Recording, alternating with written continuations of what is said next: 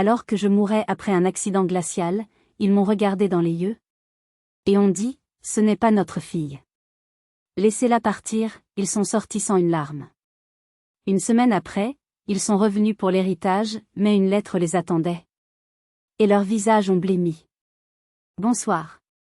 J'imagine que, comme moi, vous êtes confortablement installés. Moi, il y a un an, à cette même heure, j'étais allongé sur un lit d'hôpital, incapable de bouger, écoutant ma propre famille prononcer ma condamnation à mort. Ils m'ont regardé dans les yeux, alors que je luttais pour chaque bouffée d'air, et ils ont dit au médecin, ce n'est pas notre fille. Laissez-la partir. Puis, ils sont sortis sans une larme. Une semaine plus tard, ils sont revenus, non pas pour moi, mais pour l'héritage qu'ils pensaient que je laisserais derrière moi. Mais une lettre les attendait, et leurs visages ont blêmi. Avant de plonger dans les détails de cet hiver qui a changé ma vie, j'aimerais savoir d'où vous m'écoutez. Dites-moi dans les commentaires votre ville, votre pays, et quelle heure il est chez vous en ce moment. C'est une façon pour moi de me sentir moins seul en partageant cette histoire, de créer un lien avec vous, qui prenez le temps de m'écouter. Mon premier souvenir, c'est le blanc. Un blanc clinique, agressif, celui d'un plafond d'hôpital quadrillé de dalles anonymes. Une lumière au néon bourdonnait juste au-dessus de ma tête, un son incessant et sans pitié qui semblait se moquer de mon immobilité. Chaque inspiration était une agonie. Ma poitrine brûlait, une douleur si intense que j'avais l'impression d'avoir avalé des tessons de bouteille.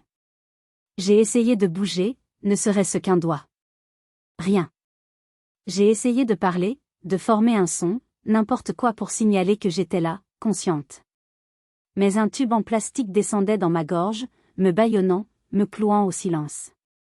Mon corps était devenu une prison, et mon esprit en était le seul captif. Seuls mes yeux pouvaient bouger, balayant la pièce dans une panique silencieuse, une brume de confusion et de douleur. Mes membres étaient lourds, inertes, comme s'ils étaient coulés dans du béton. À côté de moi, des machines émettaient des bips réguliers, un rythme mécanique et froid qui ne correspondait pas au battement chaotique de mon cœur. Les souvenirs de l'accident revenaient par vagues violentes. Le blizzard. La neige qui tombait si drue qu'elle formait un mur blanc devant la voiture. Cette route de montagne sinueuse dans les Alpes, que j'avais empruntée tant de fois. Et puis, cette plaque de verglas, invisible et mortelle, juste sous un petit pont.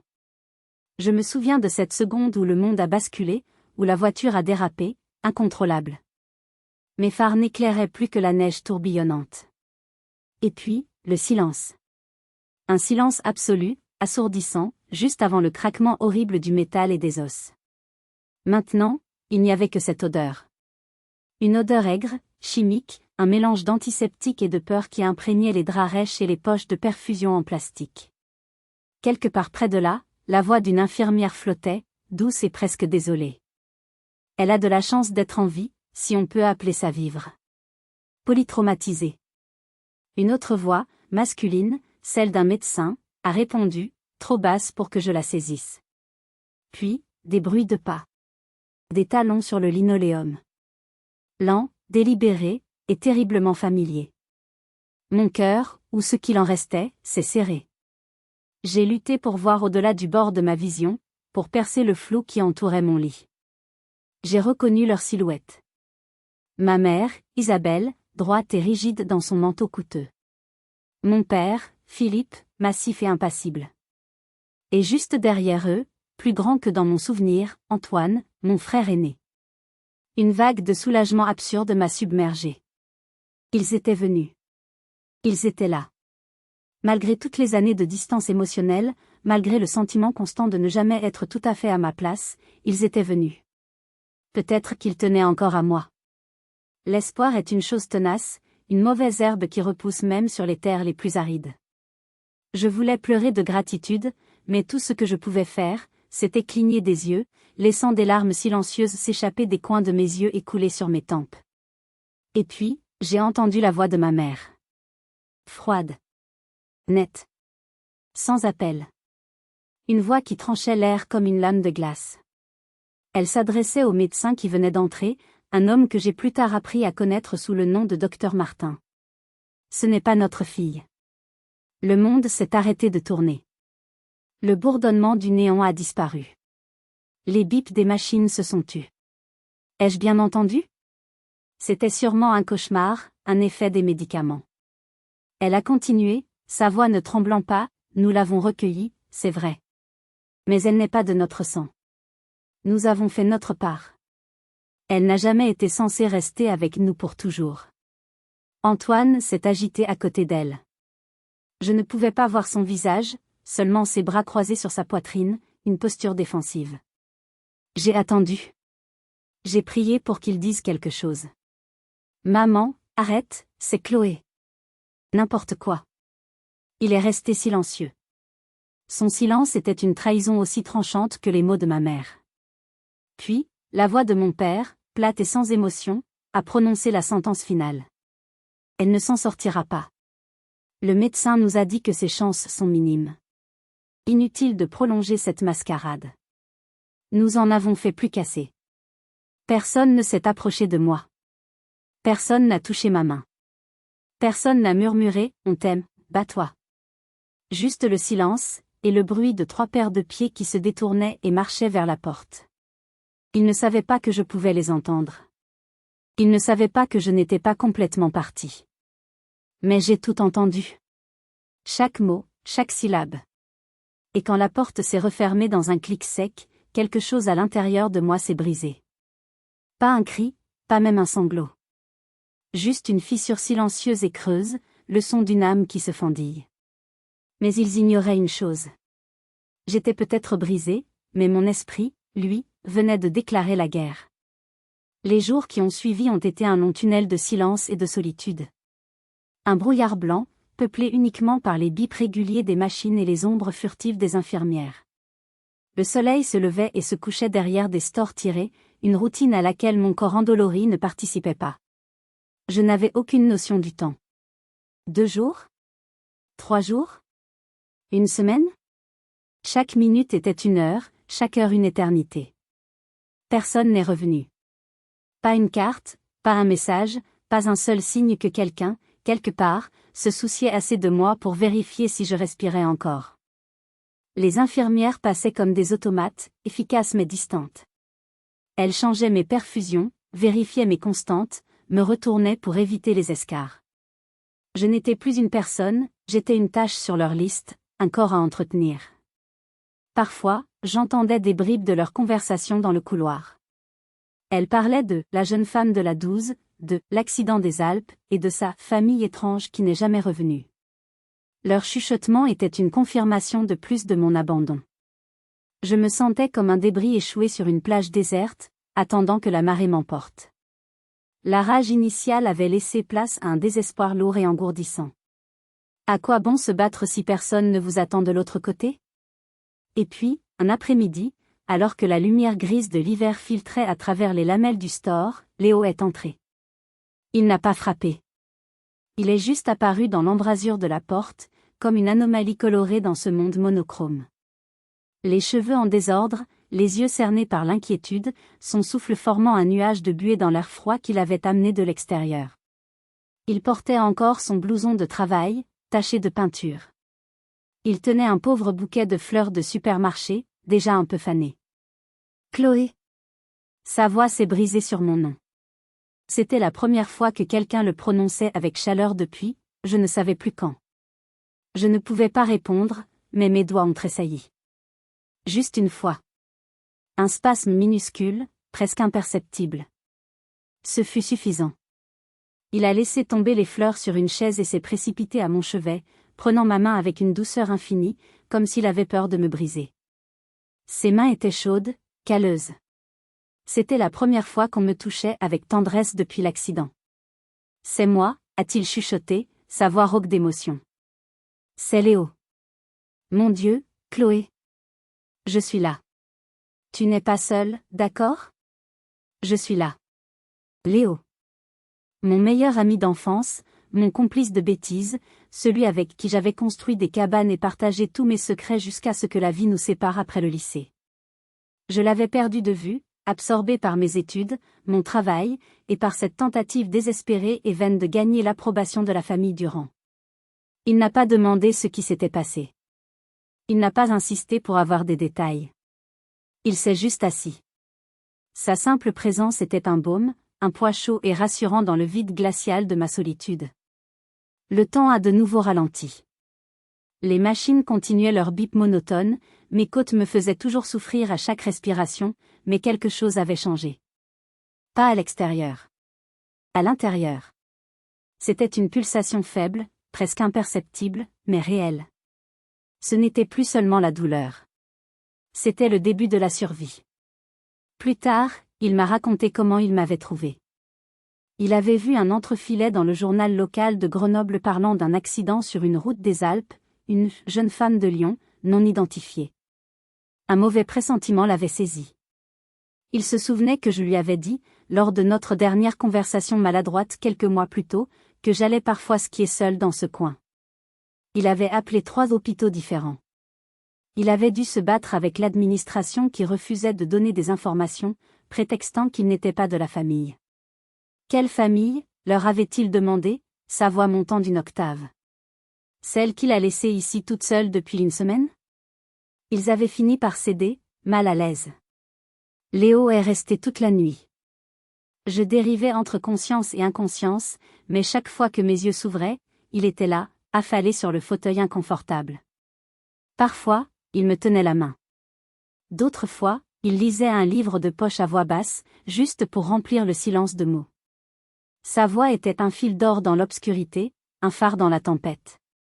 Et quelque part, dans ce brouillard de douleur et de chagrin, une prise de conscience a commencé à poindre. Ma famille de sang m'avait peut-être jeté, mais la famille que l'on choisit, celle du cœur, était là. J'avais une raison de me battre. Il est resté toute la nuit. Et tandis que je dérivais dans la douleur, une pensée claire a émergé, cette histoire n'était pas terminée. En fait, elle ne faisait que commencer. Après 2 semaines qui m'ont paru une éternité en soins intensifs, j'ai été jugée assez stable pour être transférée. Pas chez moi, bien sûr. Mon corps était encore un champ de ruines. On m'a envoyé dans un centre de rééducation à Lyon, plus proche de mon petit appartement. C'était un progrès. Je pouvais respirer sans l'aide d'une machine, même si chaque inspiration était encore une petite bataille. Ma voix revenait, un murmure rauque et fragile. Chaque jour était un combat, réapprendre à m'asseoir, à tenir une fourchette, à faire quelques pas chancelants en m'agrippant à des barres parallèles. Léo était mon roc.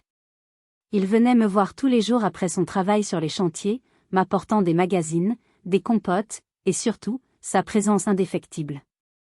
Il me parlait de son travail, de ses collègues, de la météo, de tout et de rien, juste pour me reconnecter au monde des vivants. Il ne m'a jamais posé de questions sur les Durand. Il semblait comprendre que je n'étais pas prête. Il attendait. Un après-midi, alors qu'il m'aidait à faire mes exercices, une idée a germé dans mon esprit. Une idée vague, une intuition. J'avais besoin de quelque chose qui m'appartenait, quelque chose qui datait d'avant le mensonge. Léo, ai-je murmuré, ma voix encore faible. J'ai besoin que tu fasses quelque chose pour moi. C'est important. Il a hoché la tête, son regard sérieux. N'importe quoi, Chloé. Dans mon appartement, dans l'armoire de ma chambre, tout en haut, il y a une vieille boîte en métal. Elle est cabossée, avec une étiquette à moitié décollée où j'avais écrit « Souvenir » quand j'étais ado. Peux-tu me l'apporter? S'il te plaît. Je ne savais pas exactement pourquoi je voulais cette boîte. C'était un besoin irrépressible de toucher quelque chose de tangible de mon passé, un passé que je sentais maintenant avoir été une illusion. Le lendemain, il est revenu avec. La boîte était froide et lourde sur mes genoux. Mes mains tremblaient en soulevant le couvercle qui a grincé, un son plaintif qui a résonné dans la chambre silencieuse. L'odeur de vieux papier et de poussière a empli mes narines, une odeur d'enfance et de temps révolu. À l'intérieur, c'était le chaos de ma vie, des photos de classe où je souriais timidement, des bulletins scolaires avec des appréciations comme « élève sérieuse et discrète », un bracelet de festival, des lettres d'amis du lycée que je n'avais pas revues depuis des années. J'ai touché chaque objet, chaque fragment d'une vie que je ne reconnaissais plus tout à fait. Et puis, tout au fond, sous une pile de diplômes universitaires, il y avait une enveloppe. Elle était différente de tout le reste. Couleur crème, le papier épais et jauni par le temps. Elle était encore scellée avec une bande de ruban adhésif qui s'effritait.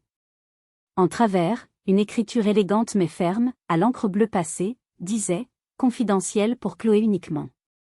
Mon cœur s'est mis à battre plus fort, un tambour dans ma poitrine. Je ne me souvenais absolument pas de cette enveloppe. Qui aurait pu me la donner? Et pourquoi l'aurais-je cachée au fond de cette boîte? Avec des doigts hésitants, j'ai délicatement rompu le seau. À l'intérieur, il y avait une lettre, tapée à la machine, le texte noir sur la page blanche. L'en-tête indiquait un cabinet d'avocats de Bordeaux. La lettre était datée du 17 août 2005. J'avais 26 ans maintenant. Cela signifiait que la lettre avait été écrite quand j'avais à peine 8 ans. L'année où j'avais emménagé chez les Durand. Mon souffle s'est bloqué dans ma gorge. J'ai lu les premières lignes, lentement, chaque mot s'imprimant dans mon cerveau comme au fer rouge. Cette lettre accompagne l'acte d'adoption officiel concernant mademoiselle Aliénor Valois, légalement renommée Chloé Durand, adoptée par monsieur Philippe et madame Isabelle Durand le 3 août 2005, conformément à la loi française. Aliénor Valois. Mon nom. Mon vrai nom. Je l'ai répété dans ma tête. Il sonnait à la fois étranger et incroyablement familier, comme une mélodie oubliée qui remonte soudain à la surface de la mémoire. Puis, la phrase suivante a fait s'arrêter le monde. Conformément à la directive de madame Marguerite Valois, grand-mère maternelle biologique, cette adoption a été finalisée sous la condition contractuelle et légale que les tuteurs, M et madame Durand, informent Aliénor de son histoire biologique et lui donnent accès aux archives familiales à sa majorité, soit à son 18e anniversaire. J'ai relu la phrase. 1 fois. 2 fois. 10 fois. Conditions contractuelles et légales. Ils n'étaient pas seulement censés me le dire par gentillesse. Ils y étaient légalement obligés. Ils avaient signé un document. Ils avaient rompu un contrat. Ce n'était pas une simple omission. C'était un mensonge délibéré, maintenu pendant 18 ans. Mais pourquoi? Pourquoi prendre un tel risque? La réponse se trouvait sur la page suivante, et elle était bien plus sombre que tout ce que j'aurais pu imaginer. J'ai tourné la page. Mes doigts étaient engourdis, comme s'ils n'appartenaient plus à mon corps. La deuxième feuille était encore plus jaunie que la première, les plis plus profonds, comme si elle avait été manipulée et repliée de nombreuses fois. Agrafée avec un trombone rouillé qui avait laissé une marque brune sur le papier, il y avait des images scannées. Des lettres. 5 lettres, pour être précis. Sur chacune d'elles, un tampon rouge s'embarrait l'adresse, brutal et définitif, n'habite pas à l'adresse indiquée. Retour à l'envoyeur.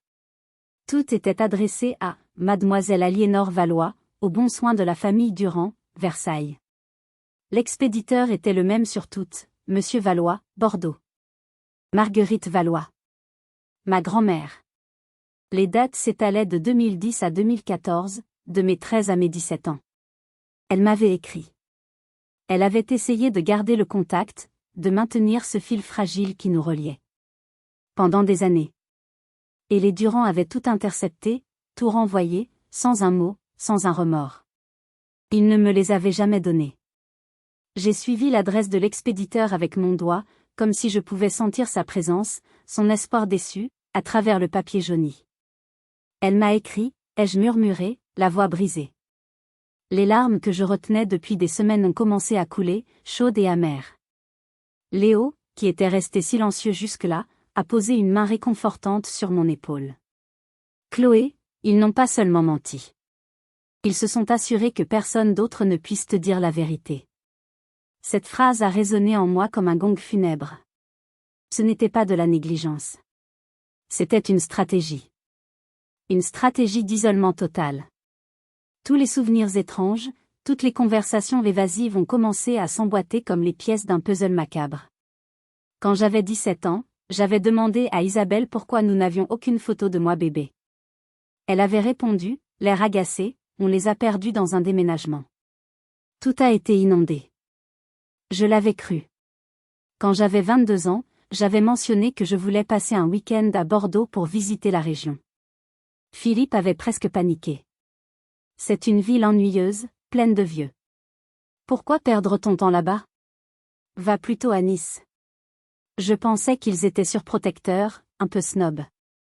Maintenant, je comprenais qu'ils protégeaient leurs secrets. Ils avaient peur que je tombe sur une trace de mon passé, sur quelqu'un qui me reconnaîtrait.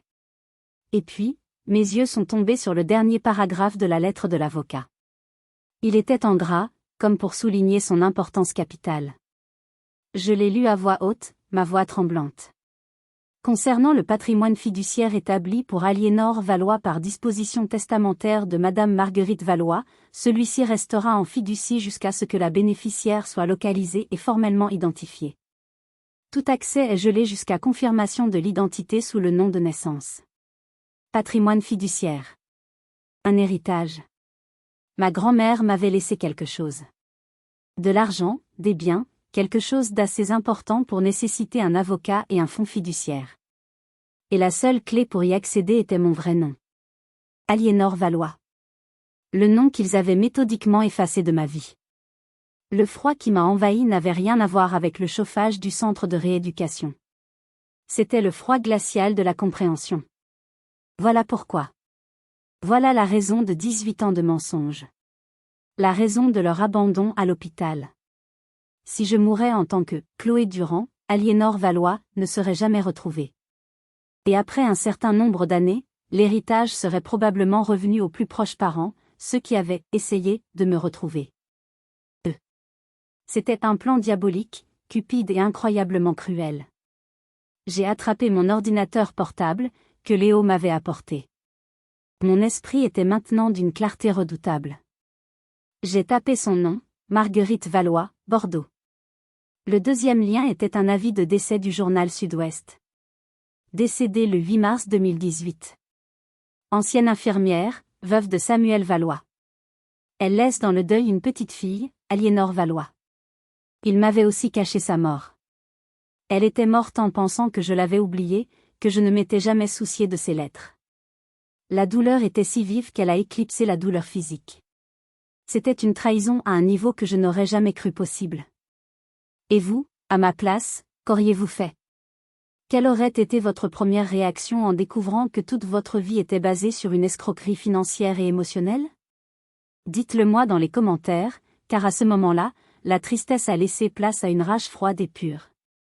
Il ne m'avait pas adopté pour me sauver. Il m'avait adopté pour m'effacer.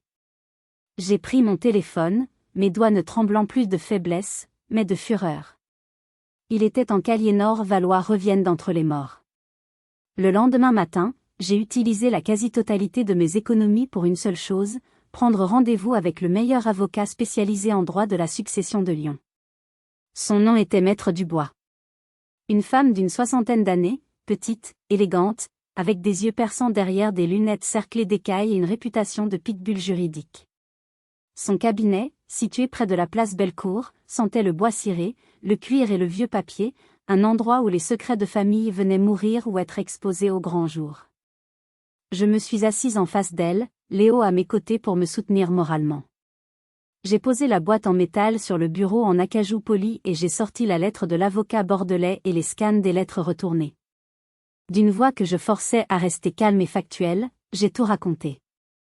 L'accident, les mots d'Isabelle à l'hôpital, la découverte de mon vrai nom, les lettres de ma grand-mère, la clause sur l'héritage. Maître Dubois a écouté sans m'interrompre, ses doigts fins rapotant doucement sur un dossier vierge, son visage impénétrable. Quand j'ai eu fini, elle a pris les documents et les a examinés avec une attention méticuleuse, lisant chaque ligne, chaque mot. Après un long silence qui a semblé durer 1 heure, elle a relevé la tête. Mademoiselle Valois, a-t-elle commencé, et entendre mon vrai nom prononcé avec une telle autorité m'a donné un frisson de validation. Ce que vous avez ici n'est pas seulement la preuve d'un manquement moral odieux. C'est un dossier de fraude criminelle, de dissimulation de documents, de faux et usage de faux, et potentiellement d'abus de faiblesse. C'est du lourd. Du très lourd. Elle a ouvert un ordinateur portable et a tapé furieusement sur le clavier. L'avocat de Bordeaux qui a rédigé cette lettre, Maître Flaubert, est un vieil ami et un confrère respecté. Il est à la retraite maintenant, mais je vais contacter son successeur. Laissez-moi passer un appel. Elle a parlé au téléphone pendant 10 minutes, dans un jargon juridique que je pouvais à peine suivre. Des mots comme fiducie testamentaire, clause de sauvegarde pénale, obligation de divulgation fiduciaire, dol par réticence, volait dans la pièce. Quand elle a raccroché, son expression était dure comme le marbre. C'est encore pire que ce que nous pensions, a-t-elle dit. Le patrimoine est substantiel. Votre grand-mère était une femme très avisée. Après le décès de votre grand-père, elle a vendu des terres agricoles près de Bordeaux et a tout investi dans un portefeuille diversifié. La valeur actuelle du fonds fiduciaire est d'environ 5 300 000 €. J'ai eu le souffle coupé. Léo a laissé échapper un sifflement bas. 5 millions. C'était une somme qui dépassait l'entendement. Ce n'était plus une question de principe, c'était une escroquerie de grande envergure. Et ce n'est pas tout, a poursuivi Maître Dubois. Mon confrère confirme. Après le décès de votre grand-mère, les Durand ont contacté le gestionnaire du fonds. Ils ont produit un rapport de police, que nous savons maintenant être frauduleux, déclarant que vous aviez quitté le domicile familial sans laisser d'adresse, des années auparavant. Ils ont tenté de se faire déclarer bénéficiaire par défaut, en tant que seul parent connu. Heureusement, la clause de sauvegarde de ma grand-mère, rédigée par un notaire prudent, était en béton armé. Le gestionnaire a refusé et a gelé les fonds, comme le stipulait le contrat. C'est pour ça qu'ils étaient si désespérés. Mon accident était, pour eux, une opportunité inespérée. Ma mort aurait résolu tous leurs problèmes financiers. Maintenant, nous allons passer à l'offensive, a déclaré Maître Dubois, ses yeux brillants d'une lueur combative. Votre grand-mère a inclus une clause très inhabituelle, mais très efficace. Elle stipule qu'en cas de preuve de préjudice intentionnel ou de négligence grave de la part des tuteurs, un juge peut ordonner le gel immédiat de tous leurs avoirs personnels en attendant l'enquête. Nous allons l'invoquer. Aujourd'hui. Elle a attrapé son téléphone et a commencé à dicter des instructions à son assistante. Requête d'urgence au juge des référés, ordonnance de saisie conservatoire sur les comptes bancaires et les biens immobiliers, plainte pour fraude aggravée. La machine judiciaire était en marche. Pour la première fois depuis des semaines, je n'étais plus une victime passive. J'étais une force avec laquelle il fallait compter. En quittant le bureau, Maître Dubois m'a serré la main, une poignée ferme et rassurante. Ils le sauront bien assez tôt, a-t-elle dit avec un sourire glacial. Elle m'a tendu une enveloppe officielle. L'huissier leur signifiera l'ordonnance demain matin à la première heure. Voici une copie de la plainte que nous déposons au pénal. Voulez-vous leur livrer vous-même ? Parfois, un geste symbolique a son importance. J'ai pris l'enveloppe. Son poids dans ma main était celui de la justice qui se met en marche. Le lendemain, je n'ai pas renvoyé l'enveloppe. Je n'ai pas eu besoin de le faire. La nouvelle est arrivée jusqu'à eux bien plus vite, et avec la brutalité d'un coup de poing. À 9h07 du matin, alors que l'huissier devait être en train de sonner à la porte de leur luxueuse maison de Versailles, mon téléphone a vibré. Un numéro que je ne connaissais pas. J'ai décroché, mon cœur battant la chamade. Chloé. C'est Antoine. Sa voix n'était pas paniquée. Elle était glaciale, pleine d'une fureur contenue qui était presque plus effrayante que des cris.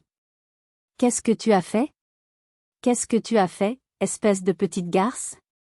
Notre carte de crédit professionnel vient d'être refusée au péage. Le compte en banque de maman est bloqué. Le compte de papa aussi. C'est quoi ce délire ? J'ai pris une inspiration, savourant ce moment de leur impuissance.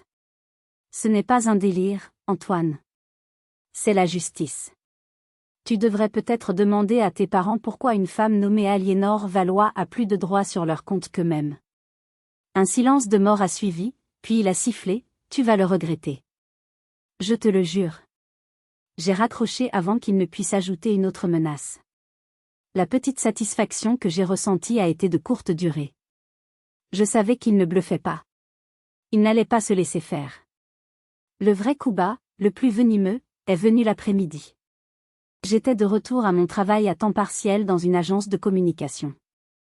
Mon patron, Monsieur Bernard, un homme habituellement calme et juste, m'a convoqué dans son bureau. Il avait l'air profondément mal à l'aise, évitant mon regard. « Chloé, asseyez-vous.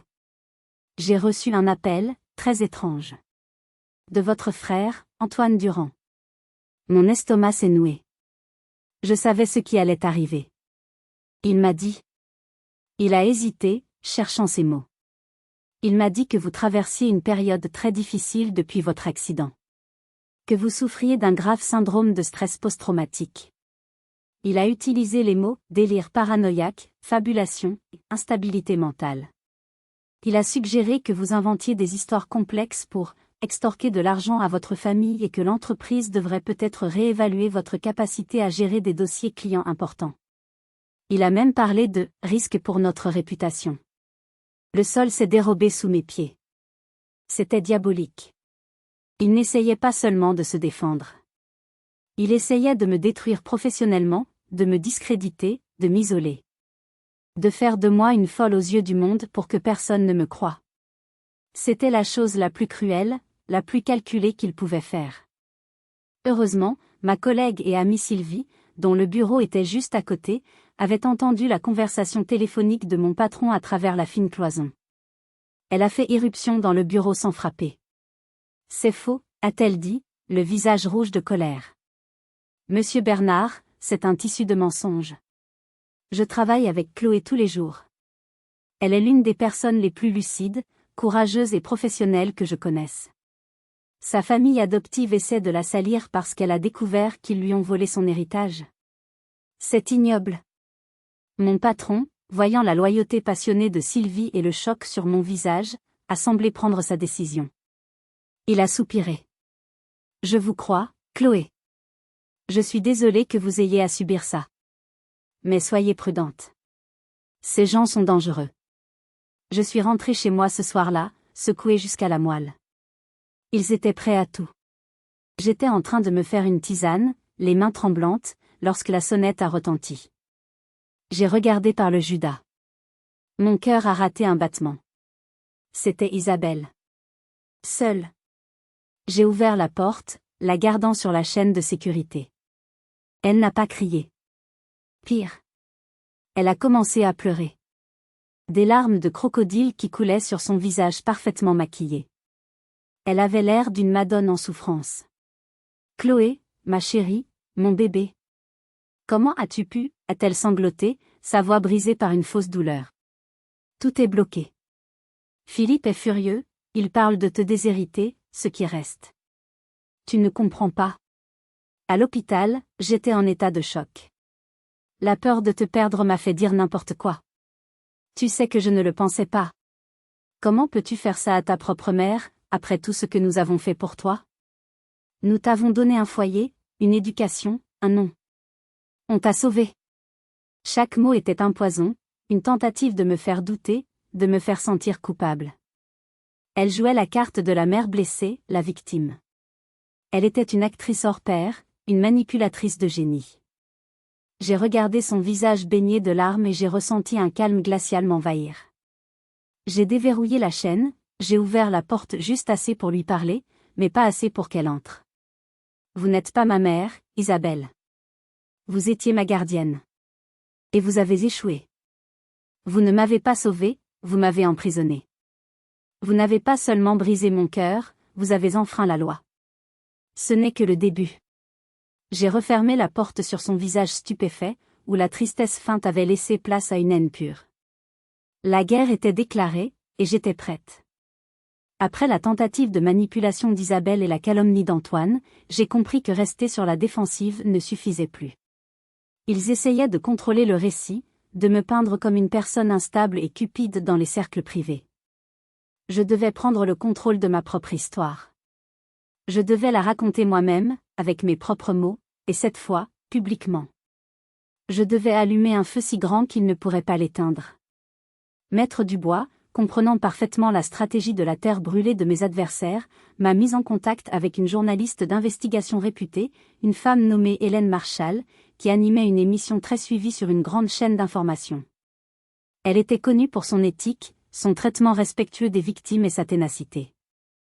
Nous nous sommes rencontrés dans un café discret. Je lui ai tout montré, la lettre de l'avocat, les photos des lettres retournées, l'avis de décès de ma grand-mère, la plainte déposée. Je lui ai même donné le nom du docteur Martin, qui, après avoir consulté le service juridique de l'hôpital, a accepté de fournir une déclaration écrite et signée, confirmant la conversation qu'il avait eue avec les Durand à mon chevet. C'était une pièce maîtresse. Une semaine plus tard, j'étais assise sur le plateau de son émission. Les lumières étaient vives, le silence impressionnant. Mais le regard d'Hélène Marshall était bienveillant. Étonnamment, je n'avais pas peur. La peur m'avait quitté pour laisser place à une froide détermination. J'étais la gardienne de la vérité de ma grand-mère, et je n'allais pas faillir. Chloé, pourquoi avez-vous décidé de parler maintenant, au risque de vous exposer ? A-t-elle demandé pour commencer.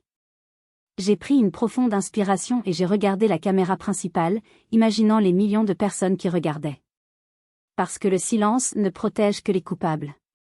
J'ai passé toute ma vie à essayer de ne pas faire de vagues, à être la fille parfaite, dans l'espoir d'être aimée. Mais la perfection n'achète pas l'amour, et le silence n'achète pas la sécurité. Je veux que mon histoire soit entendue, non pas pour la vengeance, mais pour la vérité. Pour ma grand-mère, Marguerite. Et pour toutes les personnes qui ont été réduites au silence. L'interview a duré 20 minutes. 20 minutes pendant lesquelles la France entière a entendu mon histoire, sans filtre. Hélène a projeté à l'écran les documents, floutant les informations sensibles mais montrant l'essentiel. Le nom d'Aliénor Valois. La clause du contrat d'adoption. Les tampons rouges, retour à l'envoyeur. Le montant du fonds fiduciaire. Et surtout, la déclaration signée du docteur Martin. Le moment le plus puissant a été lorsque j'ai regardé la caméra droit dans les yeux, ma voix claire et sans tremblement. Devant des millions de téléspectateurs, je veux dire ceci. Quand j'étais seule, terrifiée et incapable de parler dans ce lit d'hôpital, ma mère adoptive, Isabelle Durand, a regardé le médecin et a dit « Ce n'est pas notre fille. Laissez-la partir. » Ils m'ont laissée pour morte pour un héritage qu'ils voulaient me voler. C'est ça, la vérité. Il n'y a pas de malentendu, pas de choc. Il n'y a que la cupidité et la cruauté. Le silence dans le studio était assourdissant. L'effet a été celui d'une bombe atomique. Le soir même, le hashtag Je suis Aliénor est devenu le sujet le plus discuté sur les réseaux sociaux en France. L'agence immobilière de luxe dirigée par Isabelle a été inondée de milliers d'avis négatifs. Son slogan, l'intégrité, de notre famille à la vôtre, était tourné en dérision partout. Le lendemain, le conseil d'administration de la société financière où Antoine était vice-président a publié un communiqué annonçant sa mise en congé à durée indéterminée, le temps d'une enquête interne sur son comportement éthique, un euphémisme pour un licenciement imminent. Leur monde, construit sur le mensonge et l'apparence, s'effondrait en direct. Mon téléphone n'arrêtait pas de sonner. C'était eux. Des numéros inconnus. Des messages vocaux passant de la supplication à la fureur. Mais je n'ai pas répondu. Je n'avais plus rien à leur dire. Le lendemain, j'ai reçu un appel d'un numéro que je n'ai pas reconnu. Ce n'était pas eux. C'était le secrétariat du bureau du procureur de la République. Suite au retentissement médiatique de l'affaire, l'État français ouvrait une enquête criminelle pour fait d'une exceptionnelle gravité. La machine était lancée, et elle était bien plus grosse que ce que j'avais imaginé. Le jour de l'audience préliminaire, l'air du palais de justice de Lyon était glacial et solennel. Dehors, une petite foule de journalistes et quelques sympathisants brandissant des pancartes « Justice pour Aliénor » m'attendaient. Voir ces visages inconnus, ces gens qui avaient été touchés par mon histoire et qui étaient venus me soutenir, m'a donné une force inattendue. J'ai traversé la foule la tête haute, Léo à mes côtés comme un garde du corps silencieux, mon dossier serré contre ma poitrine. La salle d'audience était intimidante, lambrissée de bois sombres qui semblaient avoir absorbé des siècles de drames humains. L'acoustique était telle que chaque tout, chaque murmure résonnait. J'ai pris place à côté de Maître Dubois, qui m'a gratifié d'un léger sourire encourageant. Quelques minutes plus tard, la porte latérale s'est ouverte et ils sont entrés, escortés par leur avocat. Isabelle portait de grandes lunettes de soleil noir, même à l'intérieur, comme une star de cinéma déchue fuyant les paparazzis. Elle avait l'air fragile, diminuée, mais ses lèvres étaient pincées en une ligne dure de défi. Antoine la suivait, le visage fermé, les yeux cernés. Son costume cher ne parvenait pas à masquer l'aura de défaite qui l'entourait. Il a balayé la salle du regard, a croisé le mien pendant une fraction de seconde, puis a détourné les yeux. Il y avait une place vide à côté d'eux. Philippe, mon père adoptif, n'était pas là. Maître Dubois s'est penché vers moi et a murmuré, il a quitté le pays hier matin. Un vol pour Genève. Un mandat d'arrêt européen sera émis. Un lâche. Jusqu'au bout. Sa fuite était un aveu de culpabilité plus éloquent que n'importe quel discours. La séance a commencé. Le juge, une femme à l'expression sévère mais juste, Madame la présidente Perrot, a résumé les faits d'une voix neutre. Puis, elle s'est tournée vers Isabelle, lui demandant de retirer ses lunettes. Isabelle a obtempéré à contre-cœur, révélant des yeux gonflés mais secs. Madame Durand, il est rapporté dans la déclaration du docteur Martin que le soir de l'admission de mademoiselle Valois, vous auriez dit au personnel médical, ce n'est pas notre fille. Laissez-la partir. Avez-vous prononcé ces mots? Isabelle a jeté un regard paniqué à son avocat, qui lui a fait un signe de tête discret. C'était un malentendu. J'étais sous le choc. J'étais hystérique. A-t-elle marmonné, sa voix à peine audible.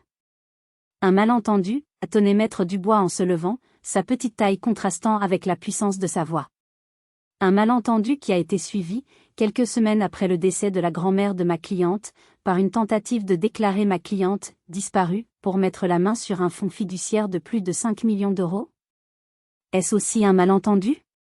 Elle a commencé à déposer les preuves sur le bureau du juge, une par une, comme des coups de poignard. Sa plaidoirie était un chef-d'œuvre de précision chirurgicale. Voici, votre honneur, la demande de déclaration de disparition, signée par Monsieur et Madame Durand. Voici les relevés bancaires montrant leurs difficultés financières à cette époque, coïncidant étrangement avec leur soudain intérêt pour le patrimoine de ma cliente. Voici les copies des lettres de la grand-mère qu'ils ont sciemment retournées, ce qui constitue une violation de leurs obligations de tuteur.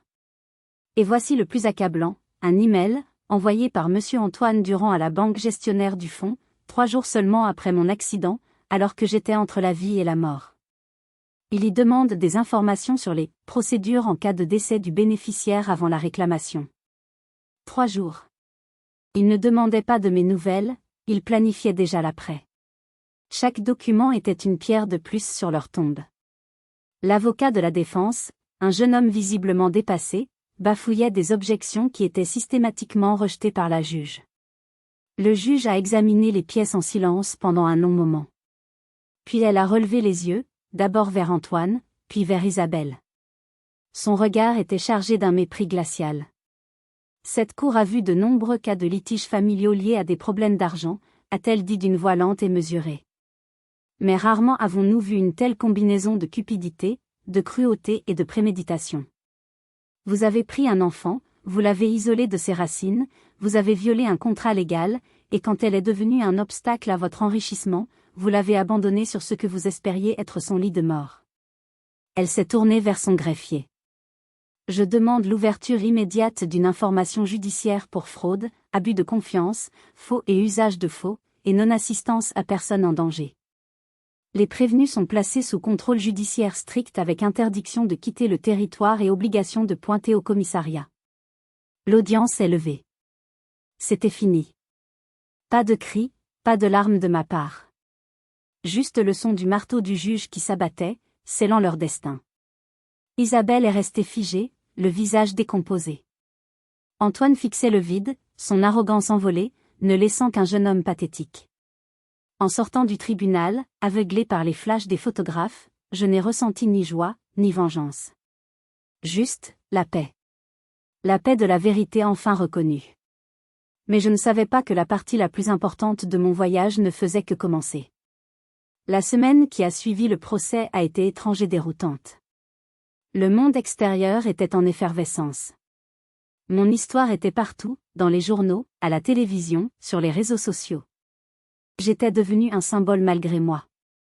Mais à l'intérieur de mon petit appartement lyonnais, c'était le calme.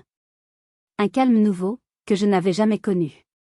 Le calme de ne plus avoir à se battre, de ne plus avoir à prouver ma propre existence. Léo et Sylvie passaient souvent, s'assurant que je mangeais, que je ne restais pas seule avec mes pensées. Mais pour la première fois, la solitude ne me pesait pas.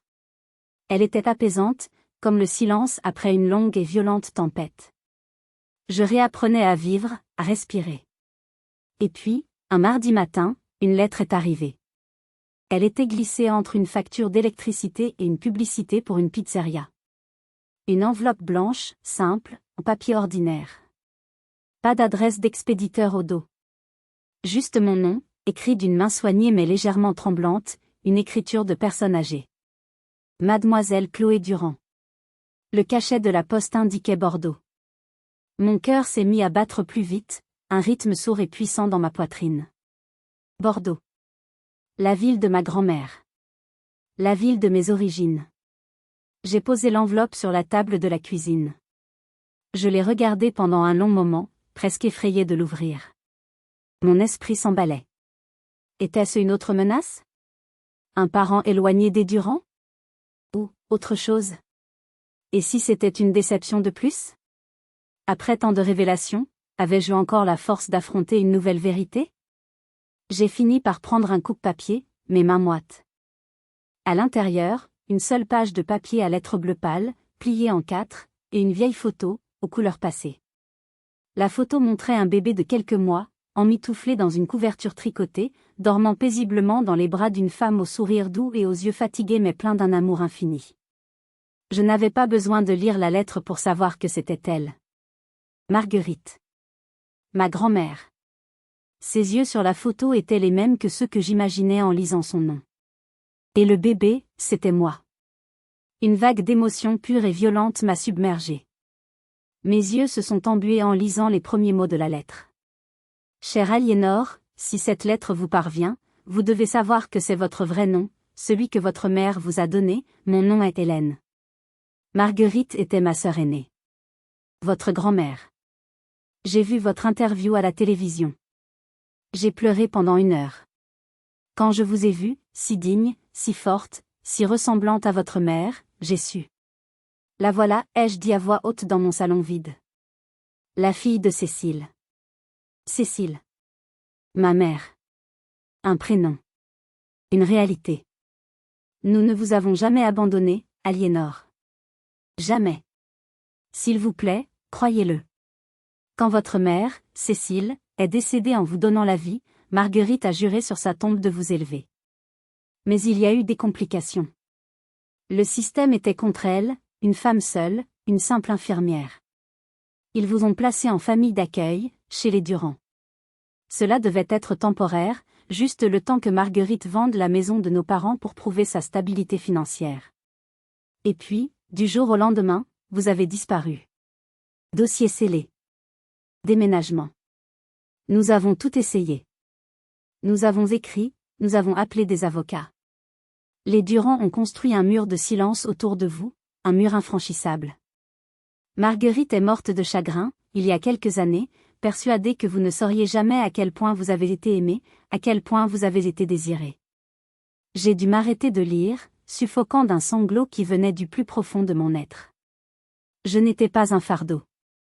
Je n'avais pas été rejeté. J'avais été aimé. J'avais été désiré. J'avais été volé. Je joins cette photo, la seule que nous ayons de vous avec elle. Je ne sais pas si vous voulez nous connaître. Je comprendrais que vous vouliez tourner la page et oublier tout ce cauchemar. Mais si vous le souhaitez, sachez que vous avez une famille qui vous attend ici, à Bordeaux. Une famille qui n'a jamais cessé de penser à vous. Avec tout mon amour, votre tante, Hélène. À ce moment-là, j'ai compris. Je n'avais pas seulement gagné un procès. J'étais sur le point de retrouver une famille. Restez avec moi pour la fin de cette histoire incroyable, car ce qui suit est la plus belle partie de ma reconstruction, la plus douce des revanches. Elle m'a donné son numéro de téléphone. Pendant 1 heure, j'ai fixé le papier, mon cœur battant à tout rompre. Oserais-je appeler? Oserais-je enfin connaître la vérité sur mes origines? J'ai attendu le lendemain matin. J'ai attendu que le soleil se lève, que ses premiers rayons filtrent à travers les stores de ma cuisine, comme pour me donner le courage d'affronter cette nouvelle aube de ma vie. J'ai préparé un café, mais je ne l'ai pas touché. J'ai pris le morceau de papier où était écrit le numéro de téléphone. Je l'ai composé, le cœur battant si fort que je l'entendais dans mes oreilles. À la 3e sonnerie, une voix douce, un peu rauque, une voix qui semblait porter le poids des années et des chagrins, a répondu. Allô? Allô? Madame Hélène, ai-je balbutié, ma propre voix méconnaissable. C'est Chloé. Enfin, Aliénor. J'ai reçu votre lettre. Il y a eu un silence à l'autre bout du fil. Un silence si total que j'ai cru qu'elle avait raccroché. Puis j'ai entendu un son étranglé, un sanglot de soulagement, pur et bouleversant. Oh, mon enfant. Mon enfant. Je n'osais plus y croire. J'ai prié tous les jours. Nous avons parlé pendant 3 heures.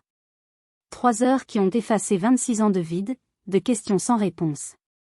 Elle m'a tout raconté, avec une patience et une tendresse infinies. Ma mère, Cécile, était une artiste, une peintre pleine de vie et de talent qui était tombée amoureuse du mauvais homme. Un homme qui l'avait abandonnée dès qu'il avait appris sa grossesse. Elle était morte d'une complication juste après ma naissance, une hémorragie que personne n'avait pu arrêter. Elle n'avait que 22 ans. Ma grand-mère Marguerite, infirmière dévouée et veuve depuis peu, avait alors tout mis en œuvre pour obtenir ma garde. Mais sans ressources financières importantes et face à un système administratif rigide, on lui avait dit que le placement temporaire chez les Durand, une famille stable et aisée, qui ne pouvait pas avoir d'enfants, était la meilleure solution en attendant que sa situation s'améliore. Un placement temporaire qui était devenu permanent grâce aux mensonges et à la manipulation des Durand, qui avaient vu en moi non pas un enfant à aimer, mais une opportunité de combler leur vide, plus tard, de s'enrichir. Hélène m'a raconté des anecdotes sur ma mère, son rire qui emplissait une pièce, sa passion pour les couleurs vives, la façon dont elle fredonnait toujours en peignant. Elle m'a décrit ma grand-mère, une femme têtue, forte, qui se battait comme une lionne pour ceux qu'elle aimait, mais qui avait été brisée par la perte de sa fille unique puis par la disparition de sa petite-fille. Pour la première fois de ma vie, je n'étais pas une page blanche.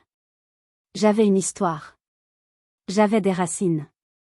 J'appartenais à une lignée de femmes fortes et aimantes. 2 jours plus tard, j'ai pris le premier train pour Bordeaux. Hélène m'attendait sur le quai de la gare Saint-Jean.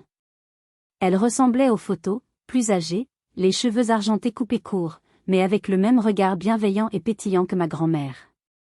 Quand elle m'a vue, elle n'a pas dit un mot. Elle a juste ouvert les bras. Je m'y suis réfugiée. Ce n'était pas l'étreinte polie et distante d'Isabelle. C'était un véritable câlin, un câlin qui sentait bon le parfum de rose et la tendresse, un câlin qui disait « Tu es enfin à la maison ». Nous sommes allés chez elle, une petite maison charmante avec un jardin rempli de roses et de chats endormis au soleil. Elle avait préparé un repas simple. Sur la cheminée, il y avait des photos. Ma mère, adolescente, riant aux éclats avec Hélène. Ma grand-mère, en uniforme d'infirmière, l'air fier. Mes grands-parents, le jour de leur mariage. J'étais entourée de visages familiers que je n'avais jamais vus. C'était un sentiment étrange et merveilleux. Avant que je ne reparte, Hélène m'a tendu une petite boîte en velours usé. À l'intérieur, il y avait un simple bracelet en argent, avec une petite plaque gravée au nom de Cécile. C'était à ta mère, a-t-elle dit, les larmes aux yeux. Et ça, c'est à toi. Marguerite l'avait gardé comme une relique. Elle a sorti un minuscule bracelet de naissance en plastique, jauni et durci par le temps.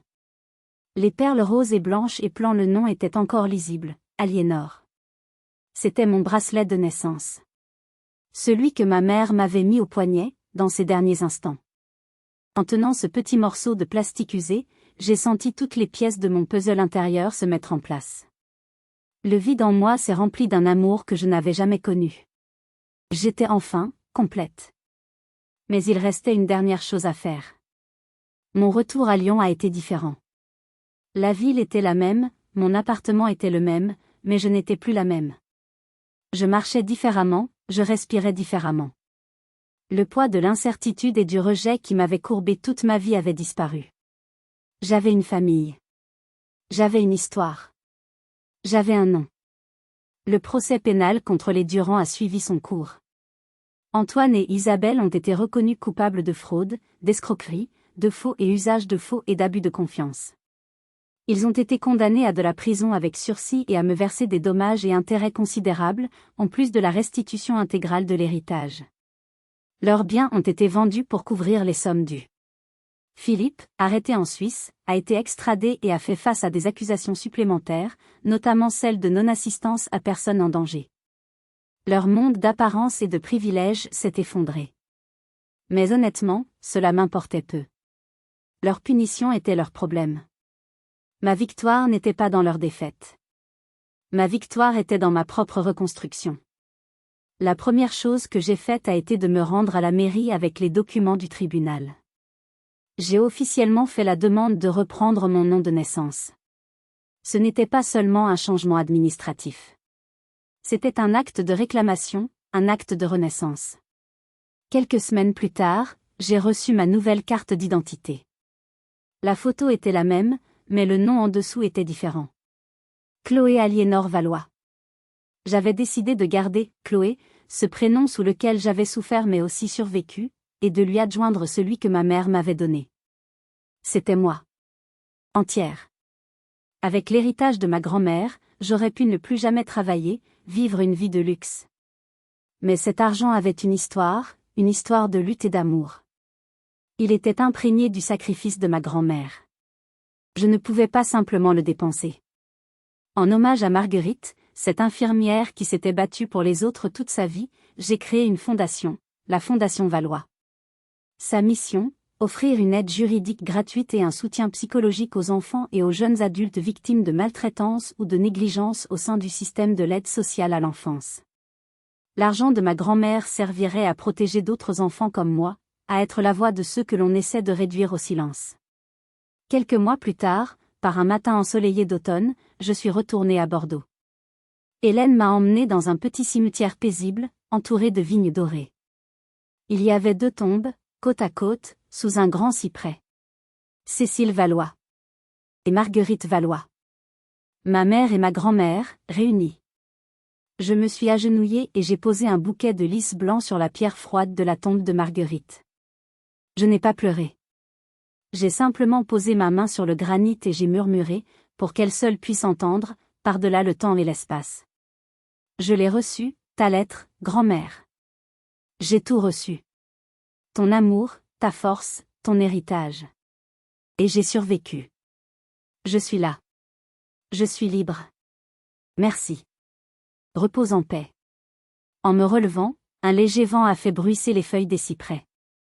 J'ai souri. Je n'étais plus la victime d'une histoire tragique écrite par d'autres. J'étais devenue l'auteur de ma propre vie. Mon histoire est la preuve que même dans la nuit la plus sombre, la vérité peut trouver son chemin et que la résilience de l'esprit humain est une force incroyable. N'abandonnez jamais la recherche de qui vous êtes. Ne laissez personne vous réduire au silence ou vous dicter votre valeur. Si mon histoire résonne en vous, si elle vous a touché, merci de vous abonner à la chaîne et de la partager. Votre soutien m'est précieux et aide à faire connaître ces récits. Et s'il vous plaît, si vous avez vécu une expérience similaire, si vous avez dû vous battre pour votre identité ou affronter une trahison familiale, racontez-la dans les commentaires. Votre voix compte. Ensemble, en partageant nos histoires, nous sommes plus forts. Nous nous rappelons les uns aux autres que nous ne sommes pas seuls. Merci de m'avoir écouté.